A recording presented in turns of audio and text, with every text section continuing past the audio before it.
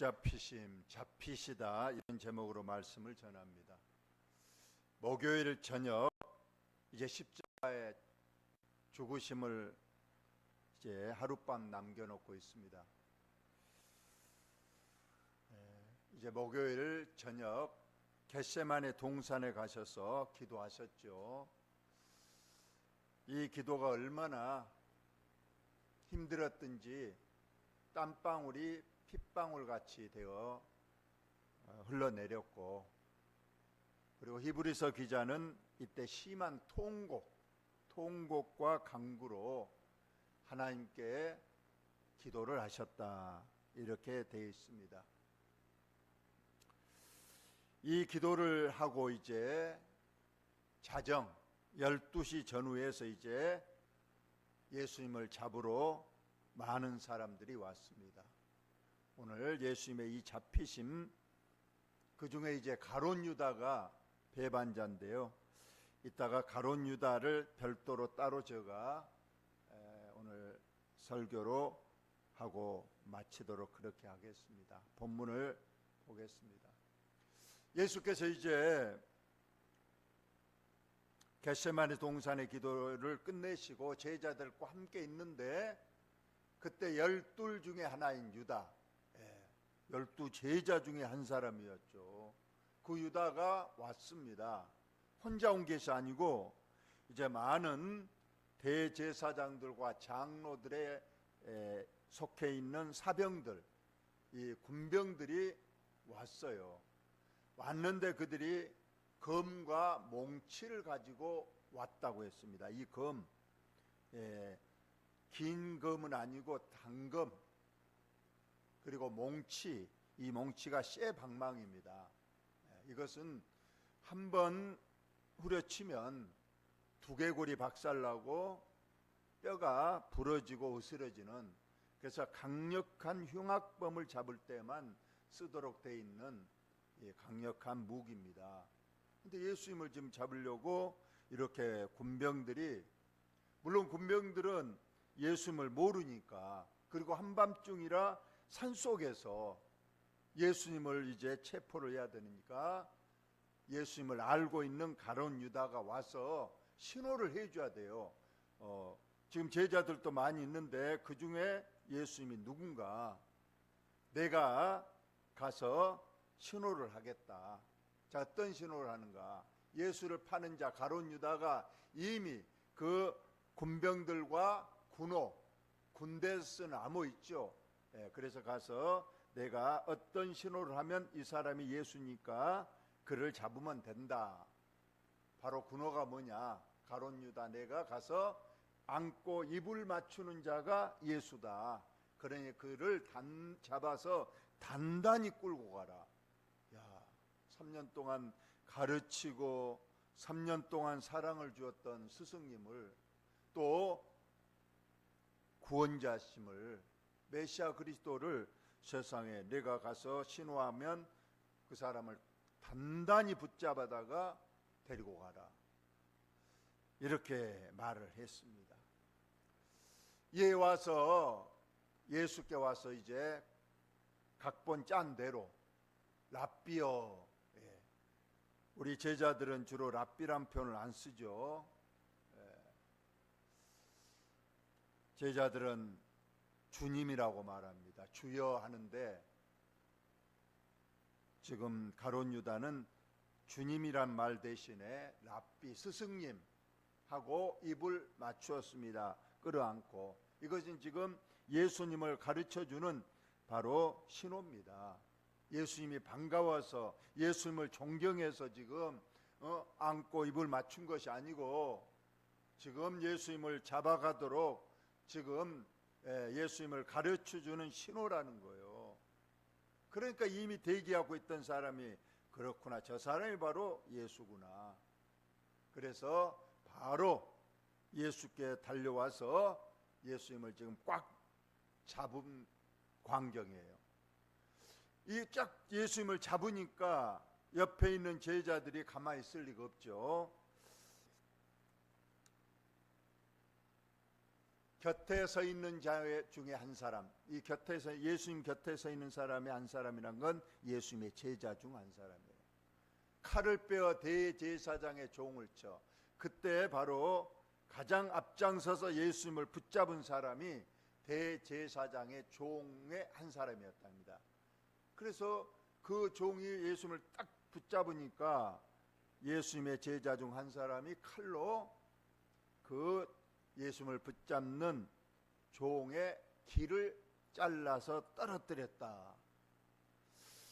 마가복음은 이렇게 지금 이름을 밝히고 있지 않지만 요한복음에 가서 보면 이때 칼로 귀를 자른 사람이 베드로라고 되어 있어요. 역시 베드로가 수제자답게 또 성질도 급하고 혈기가 왕성해서 앞장서서 예수님을 붙잡으려고 하는 그 종의 칼을 빼서 귀를 떨어뜨렸는데 그 종의 이름도 나와 있습니다. 말고라고 되어 있어요. 대제사장의 아주 충복 중에 충복인 이 말고라는 사람이 예수님을 딱 붙잡으니까 베드로가 그 말고의 종의 귀를 떨어뜨렸다.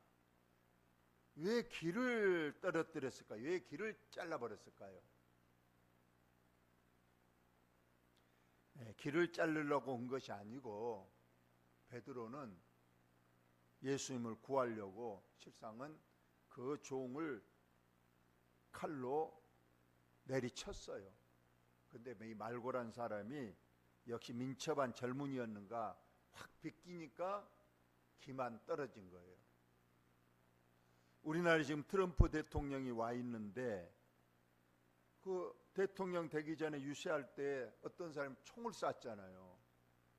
총이 그 트럼프의 귀를 스치고 갔어요. 그래서 귀가 이렇게 상처가 났어. 피가 흘렀어. 여러분, 총알이 귀를 스치고 갔다. 거기서 1cm만 머리 쪽으로 총알이 갔다면 머리 관통상에 뭐 죽었을 거예요. 그래서 그 사건 이후로 이 트럼프가 아주 이게 하나님이 나를 도와서 나를 살렸다. 그래서 아주 믿음이 좋아졌다고 그래요. 그러니까 실상은 그 총을 쏜 사람이 그 트럼프의 귀를 겨냥했겠습니까? 머리를 겨냥했는데 그때 마치 총알이 날라온 것도 모르고 이 그 비디오 화면을 스로우로 돌려봤더니 야, 트럼프가 그대로 있었으면 머리에 총이 맞았어요. 근데 밑에 그 원고를 보려고 살짝 머리를 숙였는데 그때 총알이 와서 이 귀를 스쳐갔다는 거예요. 야, 모든 것은 우연인 것 같지만은 트럼프는 믿음의 사람인지라 이건 하나님의 손이 나를 잠깐 옆으로 1cm 순간적으로 옆으로 내가 비꼈기 때문에 하나님께서 밀었기 때문에 내가 살아났다고 그렇게 간증을 했어요. 그러니까 오늘도 지금 베드로는 그 말고의 종의 귀가 때렸던 게 아니라 실상 목을 노렸을지 모릅니다. 목이나 몸. 그런데 비끼는 바람에 귀만 떨어진 거, 겨우 살아난 겁니다. 그러나 또 오늘은 나와 있지 않지만 예수님께서는 이때 베드로를 향해서 말했어요. 칼을 빨리 꽂으라. 칼을 들고 일어선 자는 칼로 망한다 하시면서 그 지금 말고는 자기 귀가 땅에 떨어져서 지금 여기서 피가 엄청 나니까 지금 고통 중에 있어요. 그러자 예수님께서 그 떨어진 귀를 주워 가지고 그 말고의 귀에 딱 붙여서 깨끗하게 낫게 하는 기적을 베풀어 줬다고 성경에 기록을 하고 있습니다. 자, 이처럼 자, 본문 봅시다. 이제 그렇게 대강 진정을 시키고 예수님께서 자기를 잡으러 온 사람들에게 말하는 거예요. 너희가 강도를 잡는 것 같이, 아까 말했잖아요. 검과 몽치, 이 몽치는 쇠방망입니다. 이건 일반 사람을 체포하는 데 쓰는 게 아니고 아주 흉악범 쓰는 건데 어째 나를 강도처럼 내가 뭔 죄를 지었다고 그리고 우리는 완전히 비무장 평화주의자인데 검과 몽치를 가지고 왔느냐 하시면서 내가 날마다 너희와 함께 성전에 있으면서 가르쳤으되, 예수님께서는 거의 매일 지금 고난주간에 성전에 들어가서 가르치시고 저녁에 나와서 베다니에서 주무시고 늘 성전에서 있었는데 그때는 너희가 나를 잡지 아니하고 지금 이 한밤중 야심한 밤에 군사들을 풀어서 지금 검과 몽치를 가지고 나를 잡으려 하는 것, 이건 성경을 이루러 함이니라 하시더라 했어요. 예수님은 늘 성경대로 움직였어요. 성경 말씀대로 그대로 성경을 응하게 하기 위해서. 그래서 예수님께서는 베들레헴에서 태어나시고 또 예수님께서는 성경대로 또 십자가에서 돌아가시기 위하여 이렇게 각본 짜여진 대로 가는 거예요. 다음 말씀을 한번 봅시다. 자, 제자들이 다 같이 한번 읽어봅시다. 시작. 제자들이 다 예수를 버리고 도망하니라. 처음에는 조금 베드로도 기세등등해서 칼을 빼서 뭐 어쩌게 했지만은 워낙 그들의 숫자도 많고 그들의 검과 몽치를 보고 도망가고 말았어요. 거기에 11 제자가 있었을 거 아니에요. 다 도망갔어요. 베드로도 도망가 버렸어요. 한번 칼 한번 휘두르더니 안 되겠다 싶으니까 내 목숨 살자고 베드로도 도망가고 말았습니다. 한 청년이 벗은 몸에 배 혼니부를 두르고 예수를 따라가다가 무리에게 잡힘에 배 혼니부를 버리고 벗은 몸으로 도망하니라. 제자들 다 도망갔는데 여기에 이상한 한 청년의 모습도 나와 있는데, 이 청년은 속에 아무것도 안 입고 혼입을 하나로 몸을 이렇게 가리고 왔다가 거기 군병들이 이 사람이라도 잡으려고 딱 잡으려고 하니까 잡을 때는 어디겠어요? 그 옷을 잡았겠죠. 그러나 다행히 옷이 아니고 혼입을이기 때문에 그냥 훌러덩 벗어버리니까 알몸만 나오는 거예요. 그래서 알몸으로 지금 도망갔다, 이렇게 지금 나와 있는 거예요. 과연 이 청년이 누구냐? 바로 마가복음의 저자인 마가라는 거예요. 마가가 성경을 쓸 때 자기도 그 예수님의 붙잡히시던 장소에 있었다는 거예요. 그러니까 마가는 지금 예수님의 최후의 만찬을 자기 집에서 했잖아요. 마가의 다락방에서 했으니까. 그래서 이제 만찬을 하고 제자들과 예수님이 지금 기도하러 가자고 겟세마네 동산에 갔어요.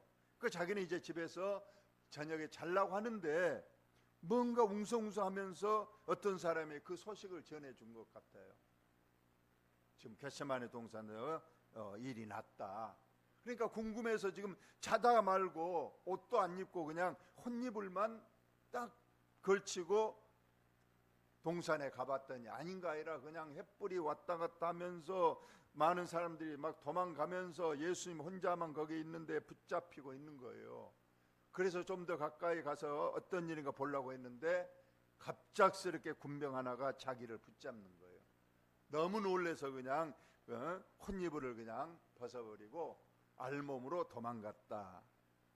이건 실상은 안 써도 되지만은 성경은 이런 일까지 다 기록을 한 겁니다. 우리는 때로는 성경을 읽다가 왜 이런 것 좀 성경이니까 빼야 오히려 더 좋겠는데, 시아버지 유다가 며느리 다말하고 어떻게 시아버지와 며느리하고 관계하는 걸 성경에 왜 써야 되느냐, 이거 빼버린 게 더 좋지 않겠느냐. 우리가 성경에서 많이 우리가 의아심 있는 얘기, 가룟 유다는 다윗 대왕은 얼마나 하나님의 일에 충성했습니까? 그런데 그가 간음죄를 짓고 살인죄를 지었잖아요. 임금의 자격으로 그거 쓰지 않을 수 있습니다. 옛날에 사관들이 있었는데 임금의 그 부끄러운 얘기는 물론 사관이 씁니다만 나중에 왕이 그거 지우라고 하는 경우가 많이 있었답니다. 그러나 성경은 이러한 부끄러운 일까지 다 적고 있는 거예요.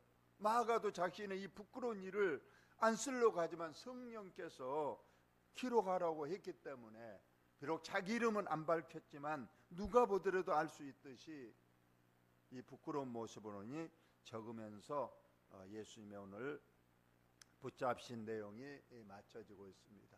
가룟 유다에 대해서 오늘 말씀을 하겠습니다. 여러분, 우리는 성경에서 믿음 좋은 사람만 기록한 게 아니에요. 물론 믿음 좋은 사람이 나오면 그 사람의 그 좋은 믿음을 우리가 본받기 위해서 우리가 성경을 읽습니다. 근데 악인들도 성경에 많이 나오고 있어요. 나쁜 사람, 배반자. 오늘 가룟 유다도 성경에서 자세히 기록하고 있는데 왜 가룟 유다를 기록했느냐? 우리에게 반면교사로 삼도록. 우리가 나쁜 사람을 보면 나는 저 사람과 같이 안 돼야 되겠다고 거기서도 교훈을 얻을 수가 있기 때문에 오늘 가룟 유다를 통해서 여러분, 우리들도 혹시라도 가룟 유다와 같이 될 수 있는 그런 여지가 있기 때문에 우리는 오늘 가룟 유다에 대해서 오늘 제가 말씀을 전하고 말씀을 마치도록 하겠습니다. 봅시다. 가룟 유다. 첫째, 그런 출신이 앞에 가룟 유다인데 이름은 유다죠.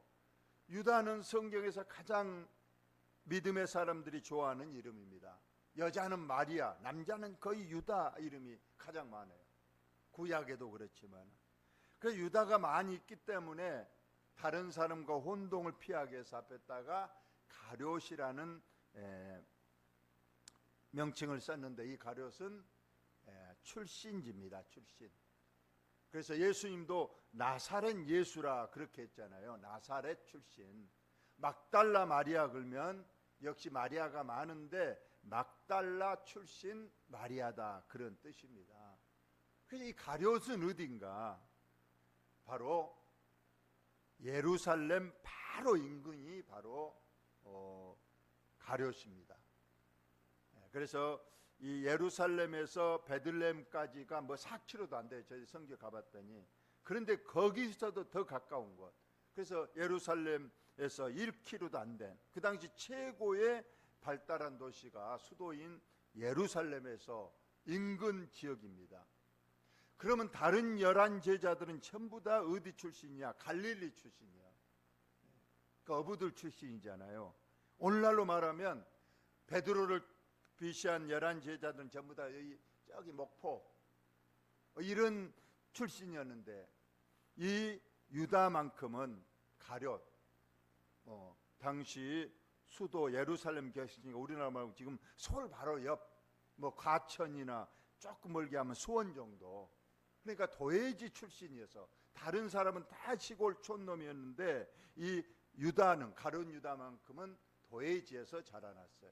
그래서 그는 고등교육을 받았다는 거예요. 다른 제자들은 학문도 없고 글자도 모르는 문맹이었지만은 가룟 유다는 학문이 좀 있었어. 그래서 숫자와 글자를 알았기 때문에 예수님께서 그에게 특별히 회계를 맡겨주셨던 겁니다. 그런데 그가 이제 배반을 했잖아요. 중직자인데 베드로 다음으로 어쩌면은 제2인자 제자인데 그가 예수님을 판 배반자가 되고 말았습니다. 배반 이유가 두 가지로 보고 있습니다. 첫째는 그는 예수님을 어떤 메시아, 그리스도, 구원자로 본 게 아니에요. 정치적 예수를 믿은 겁니다. 예수님이 지금 기적과 이적을 통해서 이번에 예루살렘 올라가서 왕이 될 줄 알았다는 거예요. 그 꿈을 가지고 예수님은 왕이 되면 베드로는 국무총리하고 자기는 이제 그 다음 재무부 장관 정도 할 줄 알고 예수님을 따라서 3년 동안을 왔는데 아니, 갑자기 예수님은 이번에 예루살렘 가면 나는 십자가에 못 박혀 죽는다, 나는 이 땅에 왕이 되려고 온 사람이 아니다 하면서 가룟 유다의 자기 계대에 어긋난 말, 그 말만 하면서 그 길을 가는 거예요. 그래서 야, 예수님 따라갔다가는 나도 사형수로 몰려서 죽게 생겼구나. 뭐 장관은 고사하고 안 되겠다 해서 예수님을 배반했다고는 이유가 되는 겁니다. 두 번째로는 예수님, 이제 오늘 목요일이니까 화요일 저녁 옥합 사건이 있었잖아요. 예수님께서 있을 때 한 여인이 옥합을 가지고 와서 3천만 원 정도 되는 귀한 그 옥합 향유를 예수님의 머리에 부은 사건. 이때 가룟 유다가 앞장서서 그 여인을 비난했어요. 어째 3천만 원이나 되는 그 값진 향유를 허비하느냐. 그것을 3천만 원에 팔아서 가난한 사람도 돕고 예수님의 복음 전하는데 더 요긴하게 돈을 썼으면 좋았을 것인데 그것을 그냥 머리에 부어버렸으니 이거 주워 담을 수도 없고 3천만 원이 순식간에 날아가 버렸다, 이거 낭비다, 그렇게 비난을 했잖아요. 그런데 예수님께서는 오히려 이 옥합을 깨뜨려 자기 머리에 부은 그 여인을 칭찬합니다. 그리고 그 여인을 비난했던 가룟 유다를 오히려 책망을 하잖아요. 여기서 기분이 좀 나빠버린 것 같아요, 가룟 유다. 그래서 여러 가지로 인해서 이제 가룟 유다가 결국은 은 30에 제사장들에게 지금 팔아 넘겼던 그런 이유입니다. 저와 여러분 여기서 꼭 한 가지, 여러분 왜 예수 믿고 왜 교회에 다닙니까? 그 목적이 다른 데 있으면 안 된다는 거예요. 이 땅에 어떤 우리가 잘 살고 하나님의 축복을 받아서 이 땅에서 좀 잘 살고 병도 고치고 내 자녀들이 잘 되고, 쉽게 말하면 어떤 기복신앙을 목적으로 삼고 교회에 오면 이거 때로는 안 돼버리면 예수를 배반할 수 있다는 거예요. 그러나 우리의 예수 믿는 목적, 우리가 교회에 다니는 목적의 최종 목적은 하늘나라 가는 것, 이거의 목적을 둔다면 흔들릴 수가 없는 거예요. 그런데 병 고쳐기로 바랬는데 병이 안 고쳐지더라. 하나님께서 내게 축복해 주셔서 물질을 많이 주실 줄 알고 교회 생활 잘했는데 하나님께서 물질을 안 준다. 우리 자녀들 잘 되라고 늘 기도하고 우리 자녀들 이름으로 헌금을 많이 했는데 우리 자녀들이 생각대로 잘 안 되더라. 이래버리면 가룟 유다처럼 나는 저 사람 왕 될 줄 알고 믿고 따라왔는데 왕이 되기는커녕 전혀 엉뚱하게 죽는다 하니까 돌아서는 것처럼, 여러분 이 땅에 우리가 진정한 우리의 목적은 하늘나라에 있는 거고 구원받는 데 있는 거고, 여러분 믿으시기 바랍니다. 물론 이 땅에서 하나님의 축복으로 우리에게 물질도 주시고 또 병고침도 주시고 우리 자녀 손들에게 복도 주십니다마는 그것은 때로는 안 줄 수도 있어요.